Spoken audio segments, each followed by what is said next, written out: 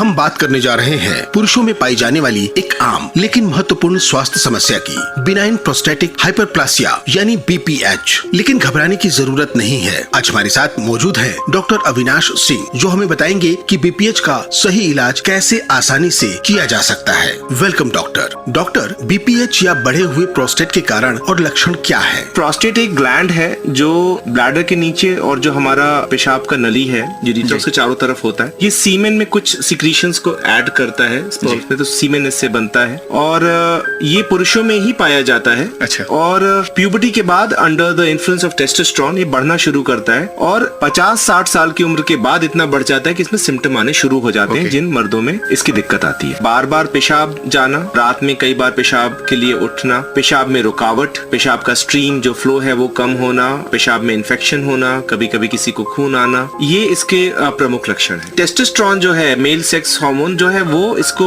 बढ़ाता है, मेन यहीं पर इसको माना जाता है। It is a disease of main and it is a disease of the ageing mail population. तो जब ये बड़ा ही तब हो पाएगा 50 साल के बाद, तभी ये सिम्टम आते हैं। डॉक्टर, क्या BPH और प्रोस्टेट कैंसर एक ही चीज है? BPH यानी बेनाइन प्रोस्टेटिक हाइपरप्लेजिया, बेनाइन मतलब कोई चीज जो नॉन कैंसरस ग्रोथ है, और कैंसर एक अलग एंटिटी है, प्रोस्टेट कैंसर। तो प्रोस्टेट कैंसर भी इसी एज ग्रुप में आता है, उसमें भी बढ़त टेस्टोस्टेरोन की वजह से होती है। सिम्टम्स प्रोस्टेट कैंसर के भी सेम हो सकते हैं या कोई सिम्टम नहीं हो सकते हैं। लेकिन अगर प्रोस्टेट कैंसर होगा तो उसकी पहचान कैसे करेंगे कि आपको BPH के सिम्टम्स हो सकते हैं या कोई सिम्टम नहीं, तो 40 साल के बाद आप PSA कराइए, प्रोस्टेट स्पेसिफिक एंटीजन बोला जाता है, और उसमें अगर वो बढ़त होती है, उसमें बढ़ता है PSA, तो हम आपकी बायोप्सी करते हैं और बायोप्सी के बाद ही हम किसी चीज को प्रोस्टेट कैंसर बोल सकते हैं। डॉक्टर, BPH जीवन की गुणवत्ता को कैसे प्रभावित करता है? क्वालिटी ऑफ लाइफ देखिए, अगर आपको बार बार पेशाब जाना पड़ेगा तो आपकी क्वालिटी ऑफ लाइफ अच्छी रहेगी कि बेकार, आप बताएं। बार बार जाएंगे तो बेकार ही रहेगी। अगर आपको रात में कई बार उठना पड़ेगा तो क्या क्वालिटी ऑफ लाइफ अच्छी रहेगी या नींद खराब होगी, और नींद खराब होगी तो पूरा दिन खराब होगा। बिल्कुल। अगर आपका स्ट्रीम पहले से पुअर है, आपको करने के बाद लग रहा है कि नहीं मुझको थोड़ा सा और करना है, या आप टॉयलेट में 2 लोग कर रहे हैं और आपको ज्यादा टाइम लग रहा है, या उसकी वजह से आपको इन्फेक्शन हो जाए, किसी बहुत खराब कंडीशन में पूरी तरीके से पेशाब रुक जाता है, तो हमें नली द्वारा पेशाब को उतारना पड़ता है, तो क्वालिटी ऑफ लाइफ तो डेफिनेटली इम्पैक्ट करता है। अब डॉक्टर, अगर BPH का इलाज न किया जाए तो क्या हो सकता है?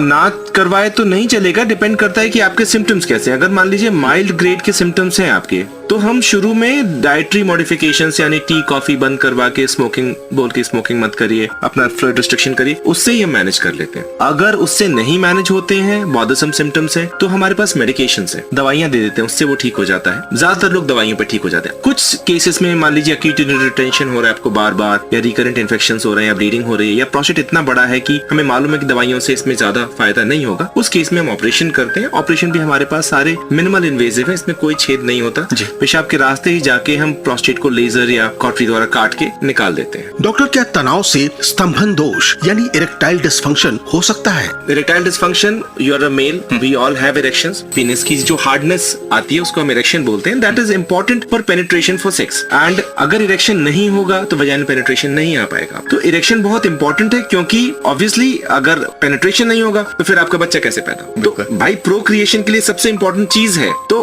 Yes it is there is an element of pleasure also added to. तो इरेक्टाइल डिसफंक्शन बहुत इंपॉर्टेंट है। अगर इरेक्टाइल डिसफंक्शन मेल्स को बहुत अफेक्ट करता है, बिकॉज ऑब्वियसली उनकी प्रोक्रिएट करने की, सेक्स की क्षमता उससे कम हो जाएगी, plus obviously there is a lot of attachment of that with psychology also, तो बहुत सैडली बहुत अफेक्ट करता है। और जितने भी आप एडवर्टाइजमेंट्स देखते हैं आप मर्दाना ताकत वाले, वो सैडली क्वालिफाइड डॉक्टर्स नहीं होते हैं। तो the right person for you if you have any kind of erectile dysfunction is to go to a urologist. आप एक यूरोलॉजिस्ट से मिलिए, वो बताएंगे। दूसरा, जरूरी नहीं है कि जिसको आप इरेक्टाइल डिसफंक्शन समझ रहे हो वो इरेक्टाइल डिसफंक्शन हो, या उसको ट्रीटमेंट की भी जरूरत हो। आपकी एक्सपेक्टेशन भी कई बार ज्यादा हो सकती है एंड आपको लग रहा है कि नहीं मेरा तो कम है, तो ये भी कुछ बहुत सारी मिथ्या। तो क्वालिफाइड आदमी से मिलिए, वो आपको एक सही राय देगा और ट्रीटमेंट भी है उस चीज। डॉक्टर, क्या BPH और प्रोस्टेट कैंसर एक ही चीज है? BPH यानी बेनाइन प्रोस्टेटिक हाइपरप्लेजिया, बेनाइन मतलब कोई चीज जो नॉन कैंसरस ग्रोथ है, और कैंसर एक अलग एंटिटी है, प्रोस्टेट कैंसर। तो प्रोस्टेट कैंसर भी इसी एज ग्रुप में आता है, उसमें भी बढ़त टेस्टोस्टेरोन की वजह से होती है। सिम्टम्स प्रोस्टेट कैंसर के भी सेम हो सकते हैं या कोई सिम्टम नहीं हो सकते हैं। लेकिन अगर प्रोस्टेट कैंसर होगा तो उसकी पहचान कैसे करेंगे कि आपको BPH के सिम्टम्स हो सकते हैं या कोई सिम्टम नहीं, तो 40 साल के बाद आप PSA कराइए, प्रोस्टेट स्पेसिफिक एंटीजन बोला जाता है, और उसमें अगर वो बढ़त होती है, उसमें